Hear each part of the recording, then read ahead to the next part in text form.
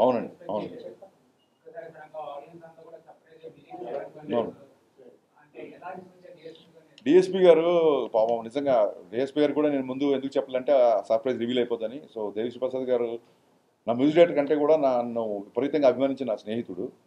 So Bhanu master ఏంటంటే sir ఆ beginning hero గారిని హెవీ రిథమ్ వచ్చినప్పుడు హీరో గారిని చూపిద్దాం సార్, ఆ బిఫోర్ సాకి మట్టుకు ఎవరైనా గెస్ట్ ఉంటే బాగుంటుంది, టైం లేదు కదా మీరే చేసేయండి అన్నాడు. నన్ను నేను కెమెరా ముందు రావడాన్ని తప్పించుకోవడానికి ఏం చేయాలో తెలియక భాను మాస్టర్ హీరో గారు మొత్తం అందరు నువ్వు చేయి నువ్వు చేయి నువ్వు చేయి అంటే ఆ విపత్తు నుంచి దేవిశ్రీ ప్రసాద్ గారు నన్ను కాపాడారు. ఫోన్ చేశాను, రేపు వచ్చేయమన్నారు ఏంటి సార్, నాకు అసలు టైం కూడా ఇవ్వట్లేదు మీరు ఆలోచించుకొని అంటే నేను ఏం చెప్పానంటే సార్ ఇది 4th ఆగస్ట్ షూట్ చేస్తున్నాము, ఫ్రెండ్షిప్ డే, నేను డైరెక్టర్గా కాల్ చేయట్లేదు ఫ్రెండ్గా కాల్ చేస్తున్నా, మీరు వస్తాయండి అని, మీరు ఫోన్ పెట్టండి నేను వస్తానని చెప్పి ఫోన్ పెట్టాడు.